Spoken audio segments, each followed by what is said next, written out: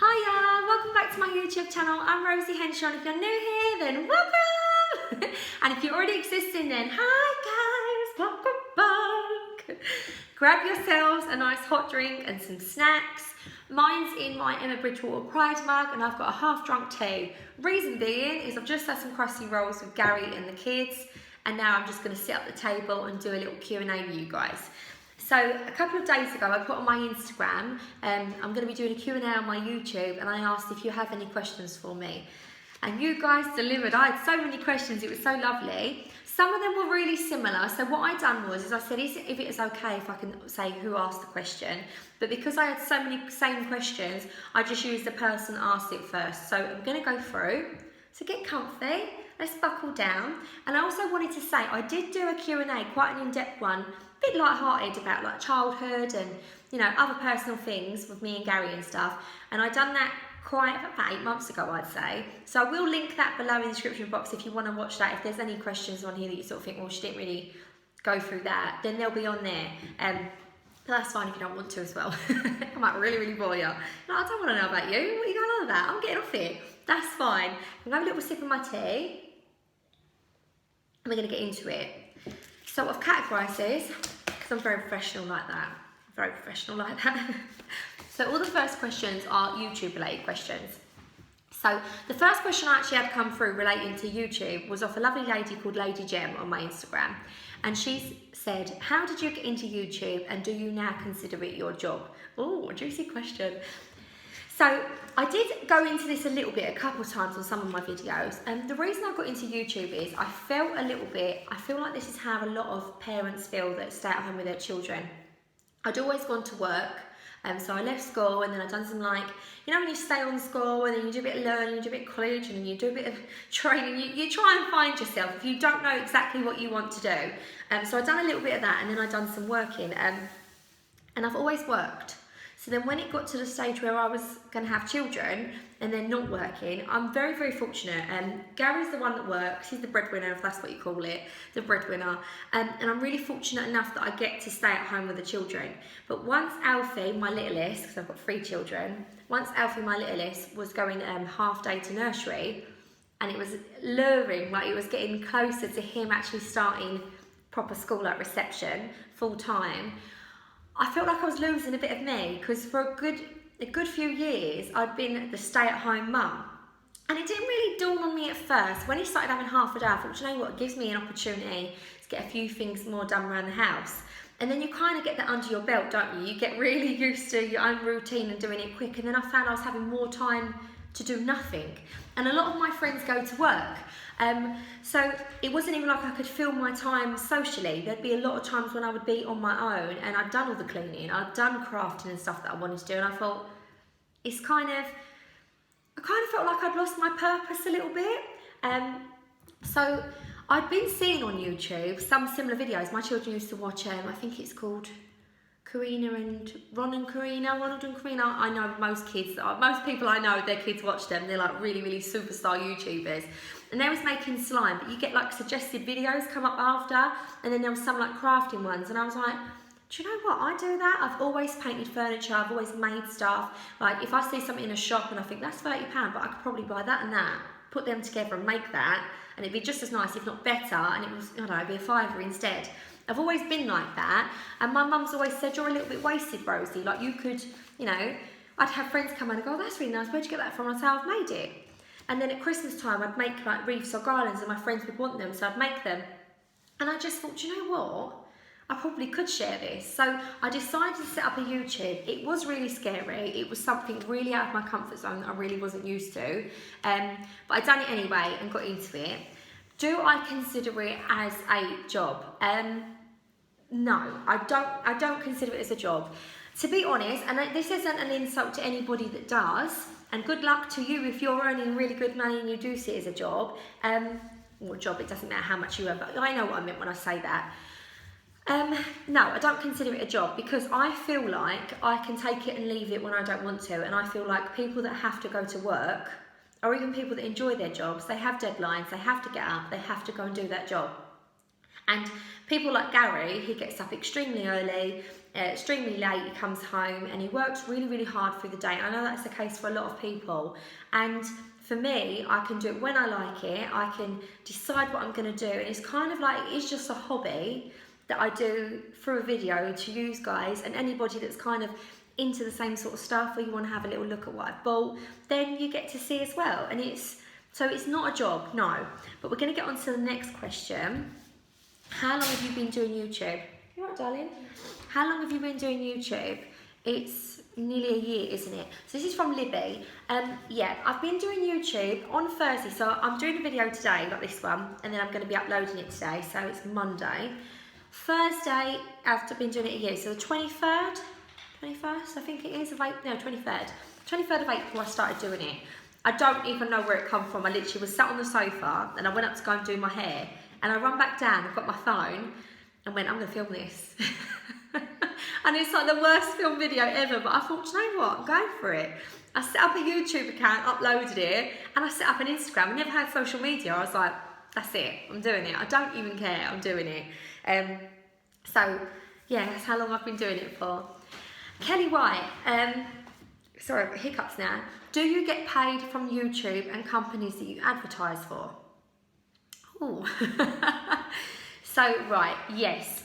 Now this is a little interesting story. I did not know that you could get paid for YouTube. Now I know that you get these mega stars, but I thought that was because, you know, like when you see like Ryan's Toy Chest, I thought it was because obviously he then went in collaboration with a toy company and that's how he earned his money. I had no idea that you could actually earn money from adverts from YouTube, but you can. So it's called Google, I think it's an AdSense account you need, but it's called it's monetization. So you can click onto your YouTube if you go on there, and you have to meet criteria. So you have to have so many subscribers, you have to have so many watch hours for people from your subscribers for you to be eligible for adverts. Now even at that stage you may not still be eligible, it depends what kind of content that you're posting. But a lovely lady called Larry, I've become, like Larissa, I call her Larry because that's her name on Instagram, and we become quite good friends via, you know, social media. And we actually WhatsApp each other now. And she said to me, you do realise, honey, that you can get paid for this. I've noticed that you've not got no adverts on your YouTube, but it looks like you would meet the criteria.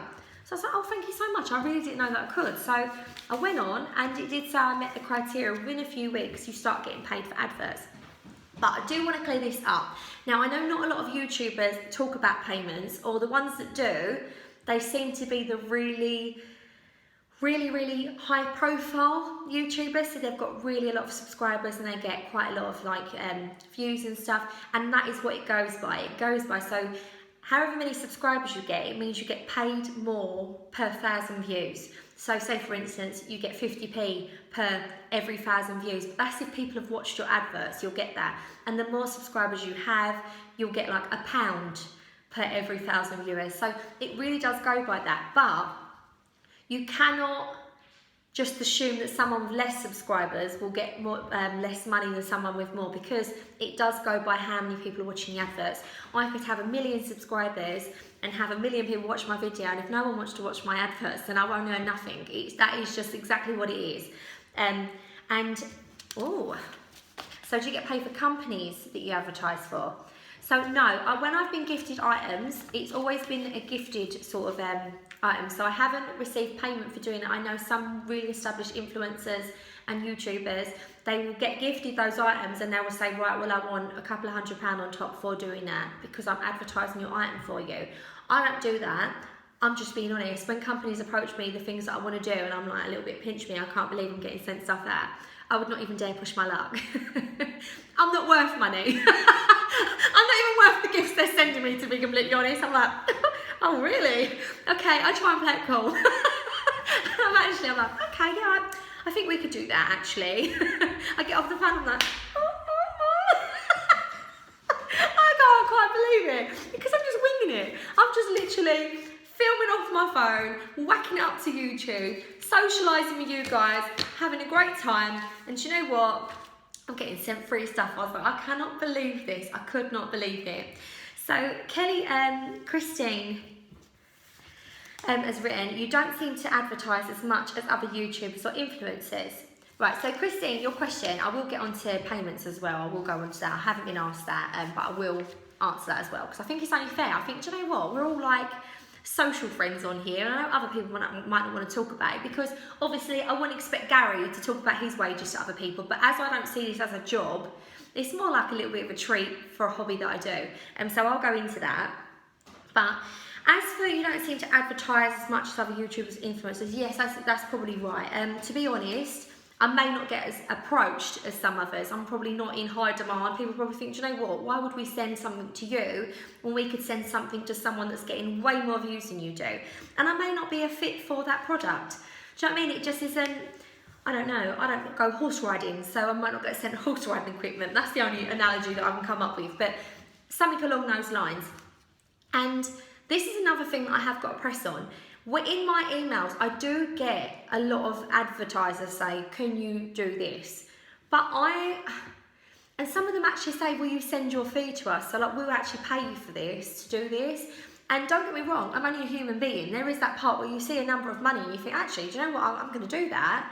And then when I actually look at the item, I think, no, I'm not going to do it, because some of the things have been, I think because I'm obviously a bigger, curvier girl, I get sent things like, you know, we can give you like diet tea, you could have that if you want. You alright, darling? You're watching me? No, go away! No, shut the door! So we can send you diet tea, diet powders, weight loss holding in underwear, and it really ain't my kind of thing. And the other thing is as well, I'm really comfortable in the skin I'm in, so I don't want to be contradictory. One day I'm on going, do you know what, girls, you can wear whatever you want, it doesn't matter what size you are, and then the next week, just to get a little paycheck, be like, do you know what, actually, let's just drink this tea, we'll all get skinny, I don't know if it's going to work, and blah, blah, blah, and you go out and buy it. It's really not my thing at all. So there are companies, and I do believe if you ever do get into YouTube, I do think there is a thing as taking on too much.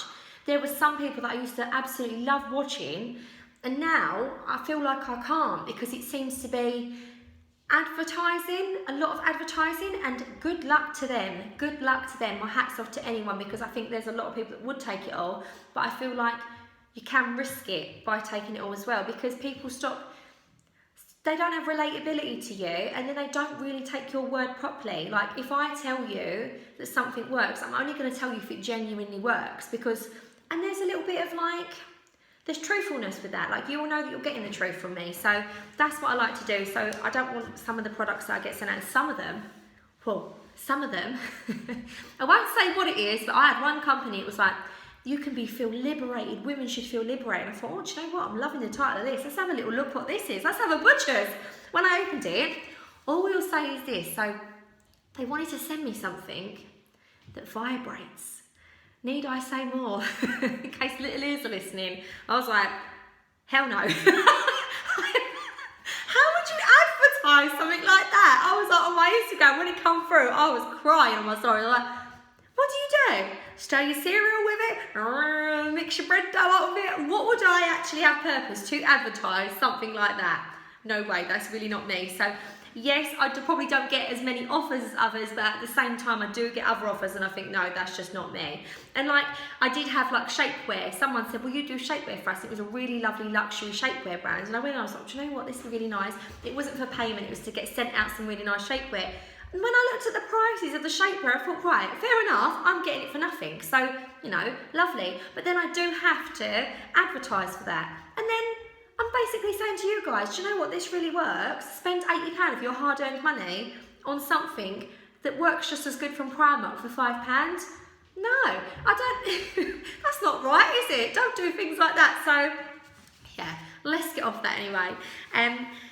So I've got someone from Chrissy, she said, confidence, how do you do it? And do you get conscious of people you know watching? Oh, now, yes, so I don't actually tell anybody that I do YouTube. My mum started telling people, which is really embarrassing. I don't know why. Like, I'm comfortable in myself and I'm comfortable with being me. But I don't really talk about it too much. I'm not saying it was like the hardest, and I know people have been through worse. But I feel like when I went to secondary school, I just constantly had a feeling of feeling uncomfortable and really, really conscious. And there was definitely a few people that I went to school with, and I probably won't make a big deal about it while I was at school, so it might have gone unnoticed to some people actually. But there were definitely a few girls in the year above and a couple of years above that would definitely make me feel very, very conscious and go out of their way to make me feel like rubbish. Could I say it was bullying? Maybe not. Do you know, I don't know. Does it count? Did they make me feel like crap? They did. And some not very nice things happened actually. And yeah, I wasn't confident with it. And the thought of knowing that maybe they might have seen my videos and watched, yeah, that makes me feel really conscious and upset. Then I just try and not think about it, because if I think about it too much, I probably wouldn't do it. And then I thought, no, do you know what? Do it. You're you, and the best way to be over something like that and prove like, actually, do you know what? You're irrelevant to me, is just to go on and live your life and do it. So them kind of people I get a bit nervous for. I did have a few friends that I went to secondary school with that obviously we lost contact, and I did have them on an Instagram. I'd done an Instagram with my YouTube, but I deleted the Instagram, kept the YouTube going for a couple of weeks, and then I decided, you know what, I'm going to reset up, because I've started having friends from school there, and I thought, I'm basically saying I'm doing YouTube, and I really didn't want people from school knowing that I was doing the YouTube, so I deleted it. But a few of them have started like coming back on. I followed a few of them because they're really lovely girls, but no, definitely don't like a lot of people that I know knowing, and I do get really awkward. So I am bubbly and confident, but I do also get really shy and nervous. It's an awkward thing. It's really weird. Like, I'm very assertive of myself. I don't know. It's an awkward one, really. Oh, and Chrissy also said, do your best impersonation. I'm not really good at impersonations, really. I say that I am. It's probably because my family are absolutely rubbish at impersonations. So I'm all half decent at once, so then I think I'm like literally the best one ever. What's that guy? And he's like really good at impersonations. No, I'm not. I definitely take off Nessa, alright. And funnily enough, actually, the other day, Gary was jet washing in the garden. He started jet washing the front of the summer house, and the water sprayed back. And I went to Gary, oh! And he went, alright, Nessa. And I was like, I weren't actually even trying to do an impression. But I do Nessa, alright. So, oh, I know I feel that. That's what I do like that when I talk about Nessa. Oh, Gav. Now, don't say that. I don't know what to say. Oh, bring. No, I'm not really that good at it, but I try my best, and that's all you can do. So, another message I got, or question, is by Sewing Snippets. I'm currently in the process of turning my sewing hobby into a business.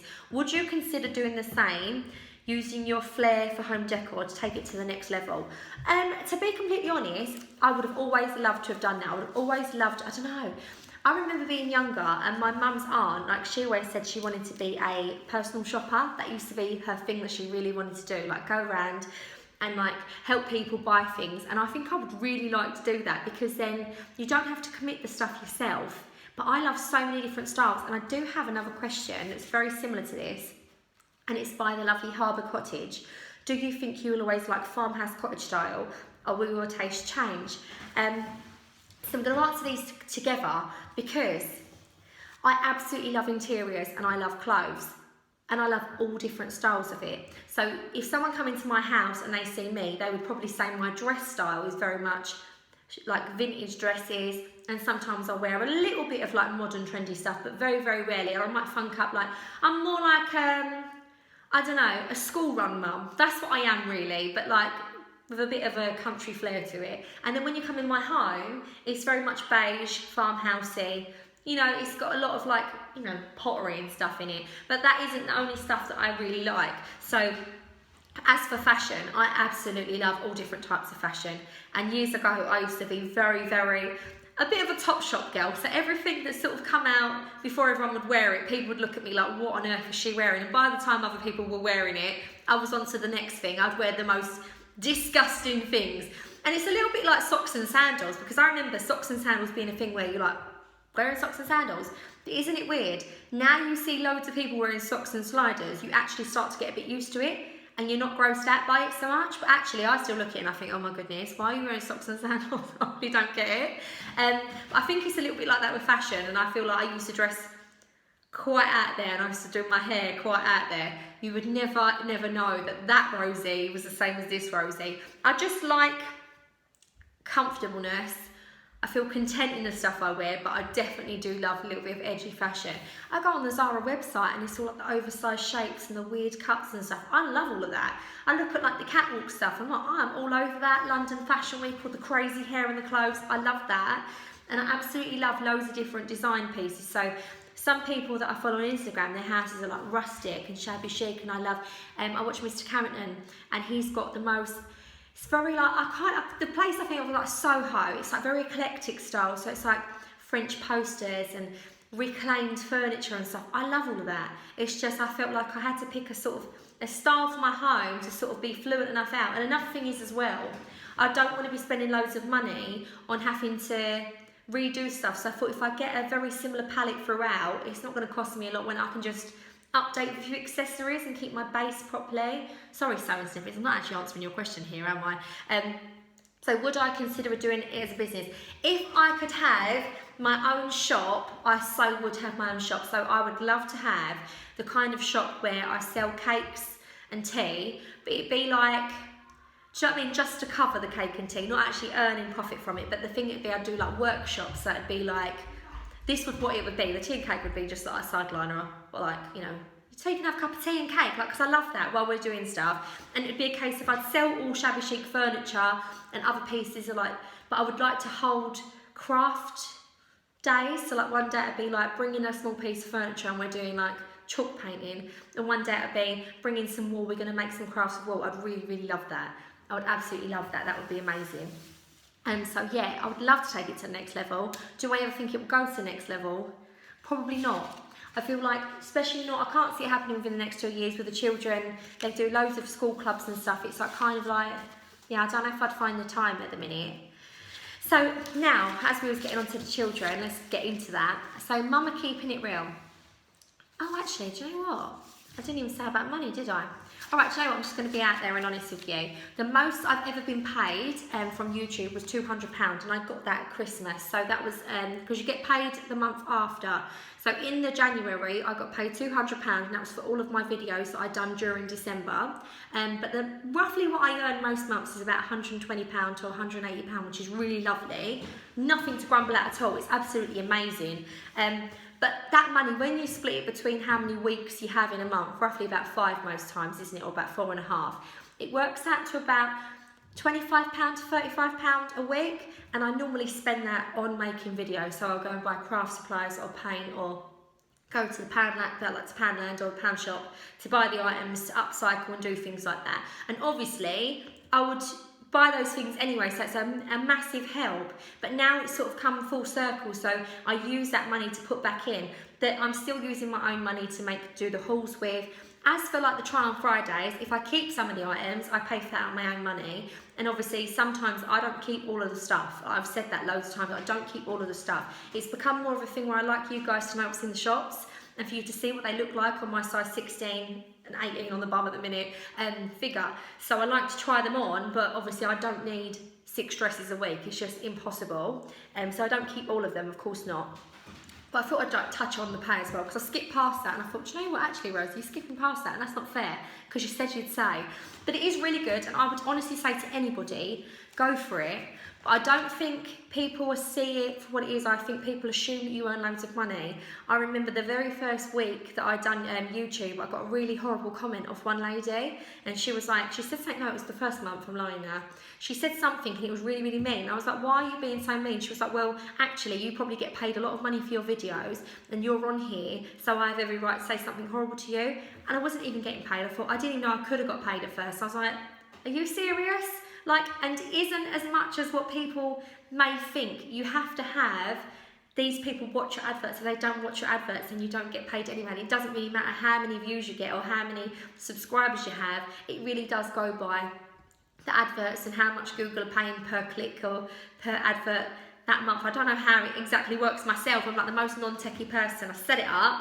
It said I was eligible for it, and what goes in your account, you see what goes in your account, and it's absolutely amazing. I can't say thank you enough to everybody, but this definitely does go back into remaking more videos and doing that. The money gets put back into it. It's just like a circle, it's like a conveyor belt. Money, get stuff to do videos, earn money to make more videos. So it just goes like that. Right, let's get on to this one. So I got one from one called Mama Keeping It Real. Before being a full-time mummy, crafter and general nutcase, love you really, what was your job before? Now let's just say this, there was no before general nutcase.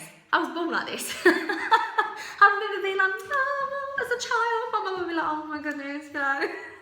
I quieted down a little bit during like secondary school, like high school.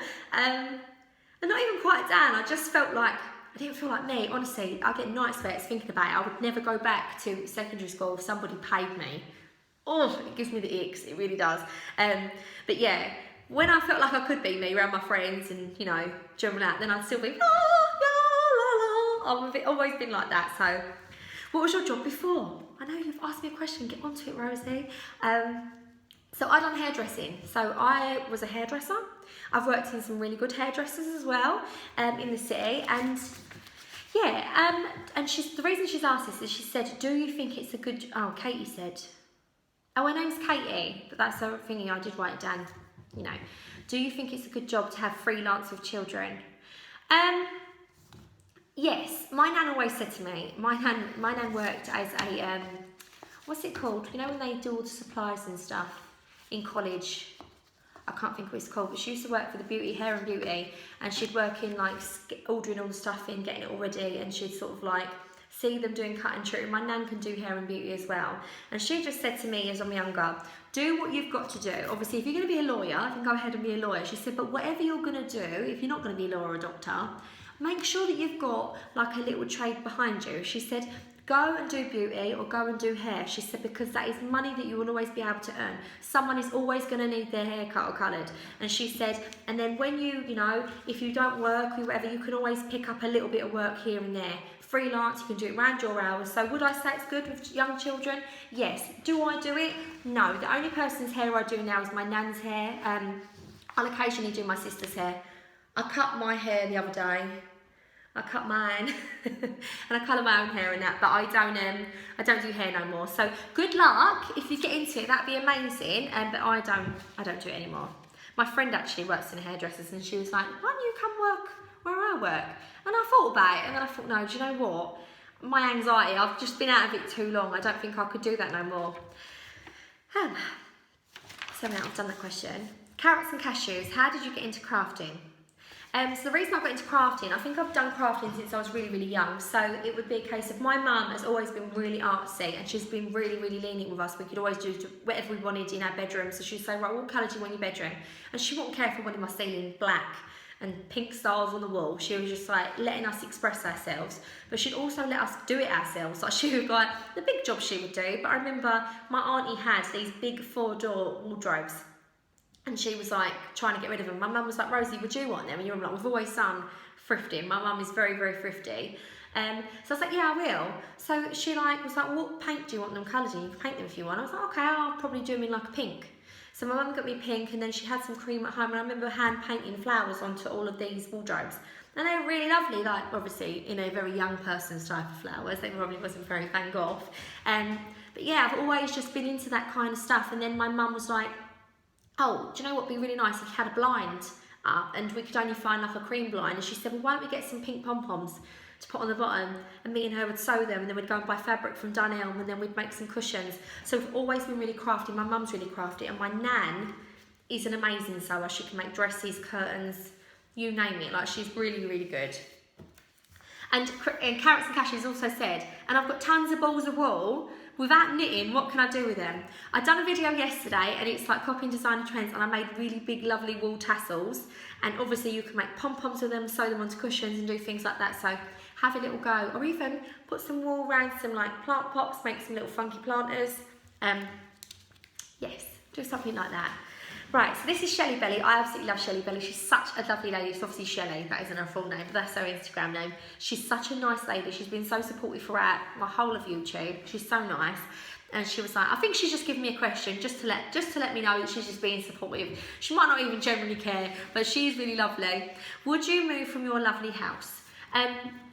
Yes and no. So I absolutely love my house. I've also got an assumption. This is the only assumption I've got. This is from Ellie Grace.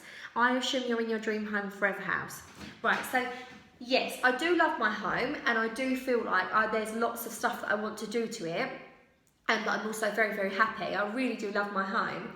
There is only one exception that would make me move. One would be if we had another baby, but I'm probably thinking we don't want to. Gary wants another baby. I'm sort of done with 3. I don't want no more children. I feel like after I had Alfie, my mood, it just really, really deteriorated, and I wouldn't want to put myself back into that scary place again of feeling the way that I did. It was only for a little while, but it was really, really scary, and I was that crazy mum that had, so I had, Millie was 2, and Archie was born Archie was born the month after Millie's 2nd birthday, so I must have felt pregnant when she was about 12 months old. No, that's bad maths, but you work it out. And then when Archie was 5 months old, I believe, fell pregnant with Alfie. They say you can't feel pregnant when you breastfeed. That's a lie. Because I was breastfeeding full time with Archie, and I fell pregnant with Alfie.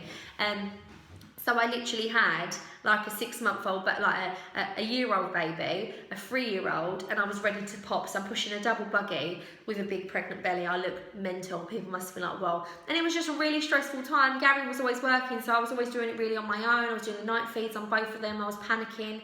I was having to stop breastfeeding Archie to start breastfeeding the new baby. And I was just exhausting myself through stress, really. Unnecessary stress. I wish now if I could go back in time, I'd probably enjoy it a little bit more. I would say to myself, don't be so hard on yourself. I would feel the need to have everything spotless, everything done yesterday, everything perfect. I'd have to look perfect. The kids, they couldn't have not one bit mess on them, because I'd think, I'm a young mum with 3 kids, and I'd get very, very worried. People would assume bad of me. And actually, do you know what? I should have just gone, I've done my fingers out, so I'm not swearing on the camera. But I should have just been like, no, this is me, and it's a hard job being a mum, especially if just one, and being a young mum, not even young mum, new mum. That's what I meant to say, when you're a new mum, when you don't know what it's like. So yeah, I don't know where I come from now. So this is what I mean, this is why I have to stick to the schedule, because I'm just going off on one. You've asked me about the house. That's why I don't want to have no more babies. Gary was like seeing pictures of, Gary's cousin's just had a baby with his wife, and she's my friend as well. And yeah, their baby's adorable. And my sister's pregnant, I'm seeing her belly and the baby move, and I'm just a bit like, I'm getting a bit broody, but no, I'm not going to do it. Yes, that would be one reason, but this would be the other reason why we moved, because really we probably could extend. If we had another baby, we could probably extend a little bit out. We have got the loft room done, we just need to have the stairs put in, so we could probably pay to get that done. And then there'd be a little bit of room, like Millie's room could then be the nursery, she could go in the loft room. So we could juggle that, but if I could afford to have, if I won the lottery, I would still probably keep this home, because I absolutely love it, and I feel like we've worked really, really hard to get it to like this and have this lovely home where I'm so grateful to Gary. But if I could have a farmhouse, I would love a farmhouse. Not a farm, I don't want a farm, because I'm under no illusion it's so easy just to have a farm. What them farmers do is incredible, like that is such hard work. They are at that farmhouse every single day doing back-breaking work. When I say farmhouse, I would really like an old farmhouse with a little bit of land around it, so that the kids could have, the swings in the tree, and we could have that really lovely big hallway where you walk in, you can have a full-on size Christmas tree in the middle of it. A good few bedrooms, so my family at Christmas, they could have their own rooms when they stay. That's kind of like, isn't that everyone's dream? So this is my realistic home, dream home, and I'm so grateful, and I absolutely love it. But yeah, that would be the only thing if I'd move, but I wouldn't just move to another house. And I don't think I would ever win the lottery, and I know definitely I never could afford a house like that. So yeah, I'm probably here for the long run now. Ellie Grace also said, what are your favourite dinners? Please do a what I eat in a day video. Oh, I don't know, you might just be like, whoa, where does she pack it away? If I don't want to end videos, I eat a lot. No, I don't really actually, believe it or not, I eat the wrong thing. So my favourite dinners. This is a really hard one actually. Like, I don't know, I love Mexican food and Italian style foods. Anything garlicky with pasta and stuff, I'm all over that. But I love Mexican food. Quesadillas, I'd probably say quesadillas or enchiladas are my favourite. And we have a Mexican near us, and I tell you what, they do these like Southwest spring rolls, and they've got like guacamole and jalapenos. Oh, loving that. I love a bit of Mexican. So Amy said, how do you find having 3 children? What was the hardest transition? I'll be completely honest now.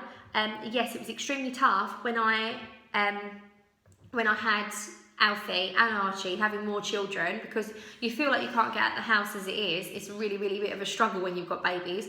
But believe it or not, I find the hardest transition ever was going from having no children to one child. And I remember being at Lakeside shopping, and I was breastfeeding Alfie, and I had Millie in her buggy, Archie in the buggy, and I had literally, like, I was giving Archie a juice. Millie had a little packet of, like, you know, little Emma's Kitchen, like biscuit things. And I'm breastfeeding Alfie, and there's like a little room at the back where you can go and breastfeed. And there was these two young mums there at the back, and they had their babies.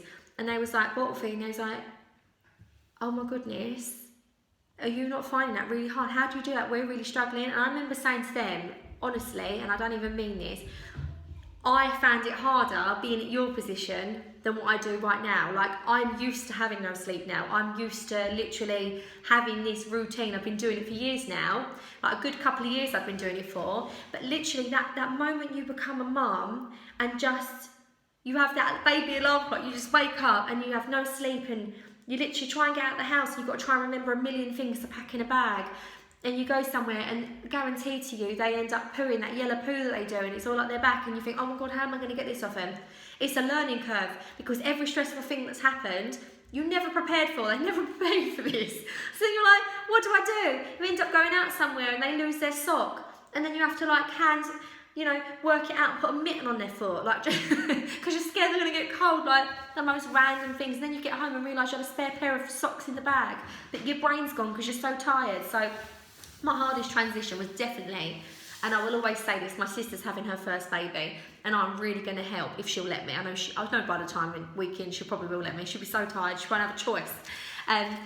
But I would definitely say first baby. Like, I know some people see me with 3 kids and they probably think, do you know what, how do you manage with 3 kids? Very much how I probably look at some people that got 5 kids and go, how do you manage? But then I look back at the mum that's just had a baby and it's her first baby, and I think, do you know what? I actually feel sorry for you, because I remember how hard that was, that transition of just literally looking after your own bum to having to look after a baby as well. That is hard. I do love having 3 children. I'm glad I had 3, because I feel like they've got company, and it's so nice, because I was 6.5 when my sister was born. So even though I wasn't an only child, I basically was, because by the time she was 3 and she could play, I was about 9. And I was knocking outside with my friends, so I never really had a child at home to play with, so I basically grew up like an only child. It was only when really we got older, and then by that time I was going for a stage. I thought, I'm a teenager, I can't go playing with my, like, 7-year-old sister. It was a bit awkward, so I'd play at home a little bit, but then not so much. I'd be out a lot. So me and my sister, as we've got older now, we've become really good friends, especially since she's fell pregnant. We've got even closer, which is lovely. But I do love having 3. I think at least having 2, so they've got each other to play with. And I'm so glad I've done it close together. They're just best friends. They make each other die. Sometimes me and Gary look at each other and go, oh my God, look how lucky are we. Look at our little family. And they'll be belly laughing, and they play together. And it's adorable. And Archie come home one day and he's really upset because one of his friends said something really not very nice. And he's a bit of, he's like my middle child. He's very boisterous, and he's like, he don't care about things. But if he gets upset, boy, is he sensitive, like really, really cuts him down. He just can't stand it. And he was in his classroom, and Gary had come to pick him up with me one day, and we see him, and Gary went, something's up. He said, look at his face. And I looked in there, and he's like that. And I could tell, he's just staying strong. As soon as he come out that classroom, he burst into tears, and he couldn't even breathe. And he'd held it in, because he didn't want to say it. That's just how he is. And when they got going home in the car, and Millie was like, don't worry. We've got all that we need here, like, we're best friends. You will always have me and Alfie. And I looked at her and I wanted to cry, and me and Gary was like, oh my God, like, we've made a little group of them, and they're just like, they're their little support network. We're like the 5 bears. I love it.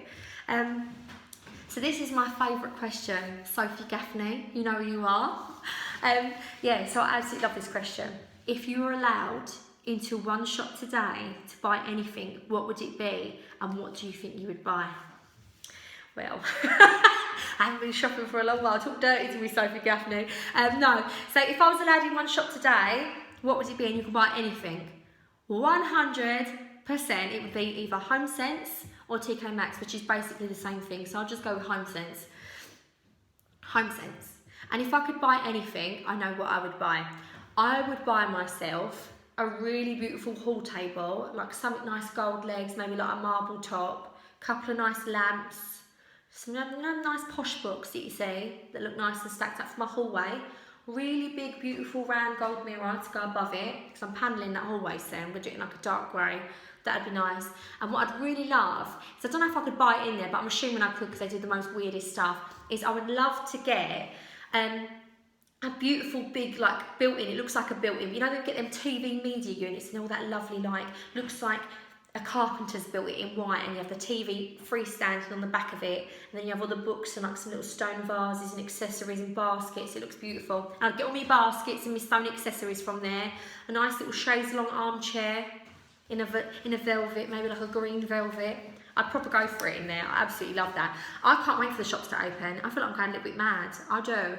And that is so selfish to think that, because there's so much going on in the world. And obviously I am really thinking about what's going on in the world. It's prevalent in everyone's house at the moment. But I do sometimes think, oh, remember the days, Rose, when you'd get in the car, drive through McDonald's drive-through and get yourself a little hot chocolate, and you'd go and walk around the shops, and you just peruse. You just peruse for an hour. You just look around the shops like, oh, look, oh, there's toothpaste. Oh, look, there's Easter decorations. Oh, look, there's a cushion. Now, a little bit of home bargains. You can't beat it, can you? Really? So Amy said, you don't wear a wedding ring or an engagement ring, but you have a heart tattoo on your wedding finger, and I wondered why. Right, actually, this is reversed. This isn't my wedding hand. This is my wedding hand. So the arm with this tattoo on is actually my wedding hand. That everything's reversed on his camera, so it probably looks like it's my wedding finger. It isn't. That was a whim. That was a complete whim. I love heart. At that time, it was probably about 10 years ago, I decided to get this done. So I don't even think me and Gary were engaged at that stage. And I just really wanted a heart ring finger on my finger. And believe it or not, people said, especially my nan, don't get a tattoo on your finger because you'll regret it, because it's literally on your hands. If you ever get employed, I was like, no, I'll just put a ring over the top of it. No one will ever know. So yeah, and I don't wear my wedding rings because, on my engagement ring, because I've put on a lot of weight since I got engaged. And when I got engaged to Gary, we bought a set. Like, we went out, he proposed to me, and he was like, come on, we'll go and pick it. So I went to the jewellers, and I went and got my rings. But she was like, oh, did you realise that ring's very similar to this ring? We actually have a bridal set. I was like, oh, sure. And Gary was like, well, we have only come in for an engagement ring, Rosie. Why do you need a bridal set? I was like, let me see the bridal set. So I see the bridal set. And the woman was like, well, actually, if you buy them separate, it will like save you probably like a lot of money. Gary's like, all right, we'll get the bridal set. So Gary got the bridal set. And when I got engaged, the ring was a little bit loose. It was the only one they had, but I was determined. I loved it so much, I wanted it. And so you can have it made a bit smaller, but I put a little bit of weight on before I got married. By the time I got married, they both fit perfectly, so I put on a little bit of weight. Well, now they don't fit me. They fit on my little finger, so that's how thin my fingers were. It was my little finger that they fit onto now at the moment. So, you know, you can dream, but because they've got diamonds round that go right all the way round, you can't have it made bigger because it would ruin, I don't know the set, I don't know what it's called, but that's why I don't wear them. What was I going to say? Don't wear a wedding ring. Tattoos, right, yeah, because I keep getting asked about tattoos. This is the one thing I got asked so much, was tattoos. So, how many tattoos do you have? Right, I didn't even have time to count this. So, 1, 2, 3, 4, 5, 6, 7, 8, 9, 10. I've got 12 tattoos. Oh, I didn't count that, did I? Did I count that? Might have 13, 12 or 13. And what are they? So, I've got a little heart on my finger here. I've got a heart here. I've got Millie written there, Millie Moo. And I've got a swallow here. I've got some lilies, and like a swallow there, and like a little rose. So I've got some lilies there. I've got my foot, so I've got a water lily on my foot with a butterfly. And then on my belly, I've got a butterfly here, and then I've got a locket with Gary written in it. I've got like a G behind my ear for Gary, if one tattoo wasn't enough for Gary. And then I've got like a rose on my bum, like a big one. And I've got like, I don't know if you'll be able to see, I've got like a, oh, you can't see it, I can't even lift my toe. I've got like a moth, like a big butterfly moth at the top of my back. And then, from here to here, my back is done. Which you probably would have never have guessed. And it's a big like sugar skull candy with roses and stuff around it, and it took absolutely hours to be done because it's all black and white shaded. I don't have no colour tattoos, they're all black and white shaded. And I did have someone ask a question as well, do they mean right? So sorry, I'm rambling on so much. Where's the question? So it was inside number 10 that said how many tattoos do you have and what are they? And Lorraine said, do they have a special meaning to you? So the truth is, no. Apart from Millie, and obviously Gary, but that was kind of on a whim. Gary knows I love him anyway, I don't need tattoos for him. No, I went through a stage of really loving tattoos. I mean, really loving tattoos. I was addicted to the feeling of getting them done. I loved the way they looked. I was into that style at that time. But I'm very, very aware that it was the style to look like a person that had tattoos rather than actually having tattoos that mean something. So I have been a very, very self-conscious girl in the past, extremely self-conscious. And I sort of made myself into this person where I'd go on the sunbeds all the time, forgetting the dangers of going on a sunbed, which was absolutely ridiculous. I'd never do that again. Going on the sunbed, so I was being really, really tanned. I used to dye my hair jet black. I would wear like kind of like skinny jeans and like flip-flops with like these sort of rocky t-shirts cut off the shoulder. I was very into sort of like having like my toenails and nails done, like not long, but like short, and I'd have them painted. And I'd be that girl with all the tattoos. And I wanted to be that girl because I wanted to feel like I was beautiful and pretty having all these tattoos. And my nan would go to me, there is nothing more beautiful than your skin. And I actually have had a few people say, now I don't look at people that have tattoos and go, oh, I don't like that. I think each their own. I don't think tattoos take away from somebody's beauty. But when I look at myself now, this is just personal to me. I don't judge anyone else who has tattoos. I hate every single one of my tattoos. And if I become a millionaire overnight, the first thing that I would do to myself wouldn't be lipo, what people, some horrible people have said to me, and have a boob job. I wouldn't have no cosmetic surgery. The one thing I would have done is have all of my tattoos removed. Especially, probably not the ones that you can't see, but this one, hate it. This one, I hate it. And the one on my foot, I feel like sometimes I look dirty. And I remember getting married in my wedding dress, and it just took away part of that beauty for me. I felt like I didn't feel it.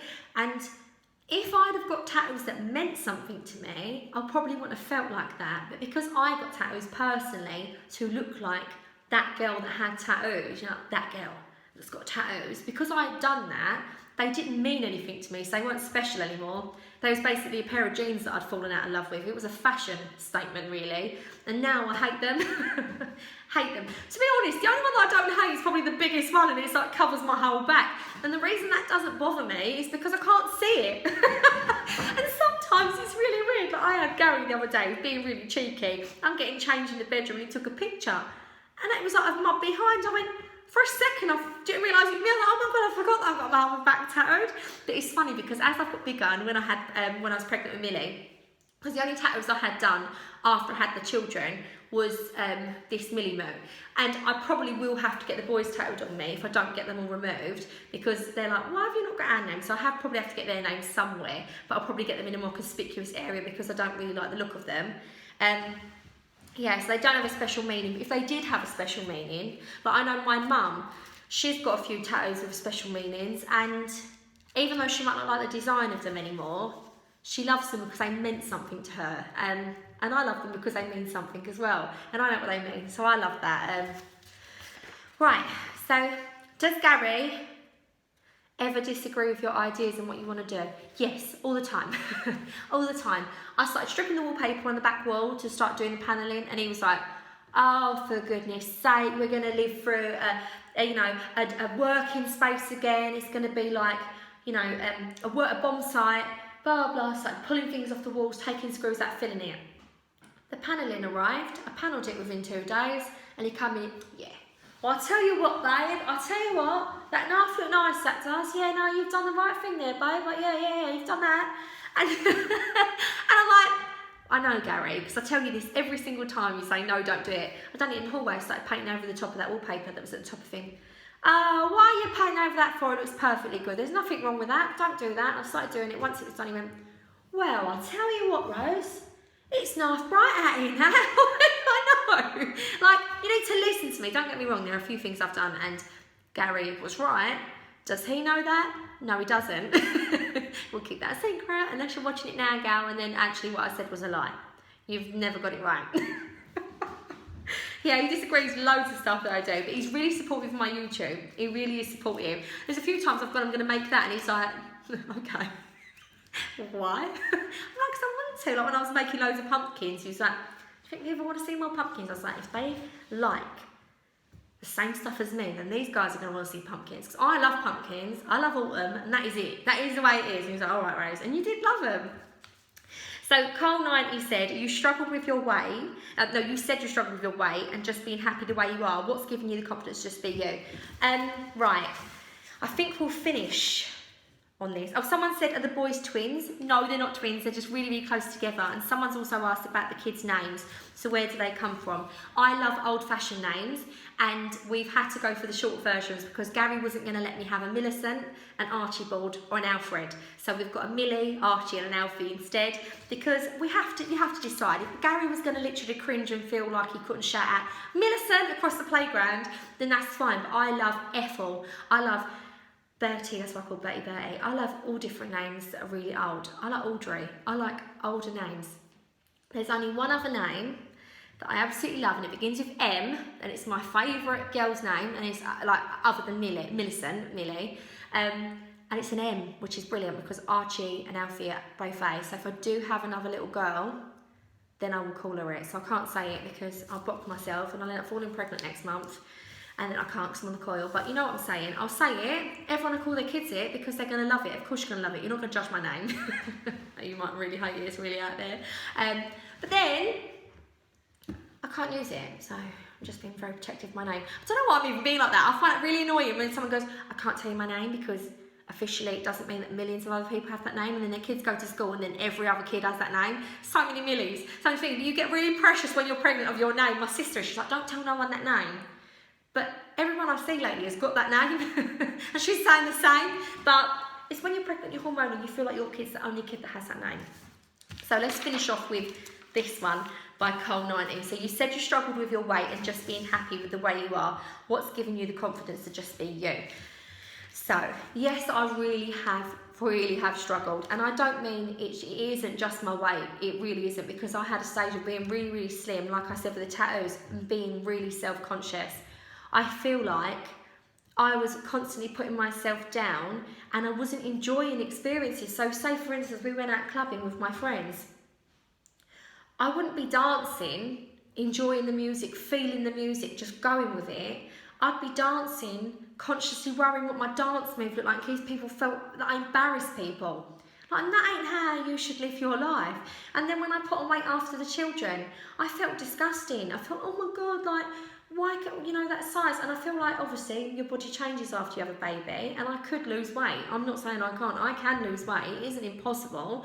I don't have any health issues that stops me. Mine is because I eat too much. I know some people have health issues and they can't, and thyroid problems and diabetes and stuff, but mine is because I'm greedy. Now, I'm just saying it as the truth. But I'm not uncomfortable with being my size now. It's a really weird thing. It's a mindset. I personally feel like there was a stage in my life where I said, right, if I have my teeth done, if, you know, I have my boobs done, if I had this done, I wore these clothes and I had them tattoos and I'd done that, people would like me. And then you have to listen to that from an outsider's point of view. Then people will like you. Like, why do you care if people like you? Like yourself, like you for you, like, because, and then what if you don't have them? And then you've got to try and keep up with the next trend. You get your lips done and it's like, oh, you know, now I've done that, I probably could get that done. It's a slippery slope. And the day you feel beautiful is the day you wake up and you realise you've got to be content with you. Your confidence shouldn't come from anybody else. And obviously I do have external compliments. Like, some of you guys will be so complimentary and it's lovely. But if you didn't think that I was beautiful, or you didn't think that I was the right size, that isn't going to also alter how I feel or how I look, because I'm me now. Gary absolutely loves me the way I am, and this sounds awful, but if Gary decided tomorrow to get up and leave, it would break my heart. But I wouldn't once question my weight or the way I look or the way I am, because That's a decision that he's taken. That's nothing to do with me. And it's really weird because I'm like two ends of the spectrum now. I used to be the worst for confidence, like the worst person for confidence ever. But you need to just look at yourself and really see the qualities that you hold. Yeah, do you know what? And this is another thing as well. Beauty is fashion. It is fashion. And this is what's annoying. I remember in the 90s, the fashionable body and beautiful woman was someone like Kate Moss. So really skinny, tiny flat chest, long blonde hair. Now, what about the beautiful curvy Latino women with dark hair and tan skin with large breasts and large bum? They're never going to fit in that category because their bodies aren't naturally meant to be like that. So then they're left out. And then now, at the minute Latinos in, so then people that look like Kate Moss are out. But we're all different. We're all different shapes. We're all different heights. We're all different sizes. Just be your own fashion, because if you try and fit into the fashion, you're not going to be fashionable for very long anyway, because it always changes. And you always try and live your life to a non-human level. Like, listen, I've got a big bum. I've got a bigger bum than half the girls you see in the magazines, but my bum ain't tight like that, and my bum ain't shaped like that. It's very, very rare that you get a woman with a bum that big and it looks like that. That ain't real. It's not real, and that's why it looks like that, because if you've got a bouncy ball, you don't get cellulite in a bouncy ball because it's plastic. It's not real. But I also will say this. I support anybody's choices to have plastic surgery, and anybody's choices to do. It's their bodies, and I also don't feel like they should be put down for doing that, because I actually will say this. When I had my tattoos and I always was tanning and I was slimmer, I probably was one of those girls that you would look at and think she's really confident because she's trying to look a certain way. In actual fact, I was way less confident than I am now, looking the way people might look at me and go, oh, you know, she's probably not confident because I'm bigger now and I wear more frumpier clothes than I would have done then. But actually, that's wrong. And the girls that you look at that are on Instagram, and in your mind, if you're self-conscious, you would look at and say, I'd love to be like that. Why don't you reach out to them? Because I tell you what, I guarantee to you, they probably have far less self-confidence than you might do, because it really doesn't matter what you look like. Confidence is a thing within, and you can't see it. Very rarely can you see if someone's got confidence or they don't. You might think they're confident because it's the way your brain works. But I was more self-conscious when I looked away, where probably some other people may be more accepting of the way I looked. And now I get some people that are quite rude about the way I look, and I think you're wrong. I love what I've got going on now, and there's a fine line between arrogance and confidence, and I'm not arrogant about it. I just know that I'm enough. I don't feel like I'm the best thing in the world, but I certainly am not the worst thing. I know that I am okay as I am, and that you are as well. You just need to live your life happy, because this is one thing that my mum has said to me loads of times. When you die, you live one life. When you die, are you literally going to be looking back going, oh, do you know what? I had some men fancy me in a club once. You know, I looked really good and I felt really confident at the party. Or remember when I wore that dress? No, you don't. You look around at your family and then your loved ones that you have around you. And I would probably think, why didn't I make the most of all of these experiences? Because I was so worried about what was on the outside rather than what's on the inside. And it's weird, because now I'm more confident. The confidence radiates from the outside, and it doesn't really matter how I'm looking, because the confidence shines over. It really does. Oh, I'm all hiccup, and my tea's probably freezing now, so I can't even have it, and I've got a little dry mouth where I've not shut for an hour. But I really think confidence comes within, and I'm not putting that on anybody else, because I feel like everyone's confidence journey is their own. It might take some people longer, and some people might already be confident, and you know, it's different things. But I also feel like it shouldn't matter what size you are, what height you are, what skin tone you are, what colour hair you have, how much money your clothes are that you wear. Every different person suffers in their own way, and we're all beautiful in our own way. I've got some friends and they've got bodies that are like, whoa, rocking.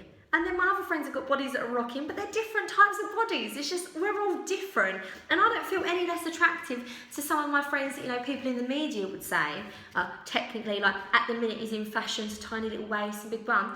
I've got a tiny little waist compared to my big bum. That is it. It's just, you just got to be confident in who you are. And yeah, I just feel like I can see the time. I've been doing it for like an hour now, so I dare say you're not even watching by now. But if I could give a word of wisdom to anybody, live your life and make the most, and especially in situations like this, it makes you realise even if you feel like you're the most beautiful person on the planet, there are some things in life, you know, that can't save you. You need your health, you need to be healthy, and you need to be happy. And yeah, that's it. That's what I'm going to go on now. I hope you enjoyed this Q&A. We've been extremely long, and this is only like the tip of the iceberg of the questions. I wish I could have answered all of them, but I thought these were the ones that were coming through a lot, so I thought I'd answer them. But I hope you all take care and have a lovely rest of your day. I've been Rosie Henshaw. See you later. Bye.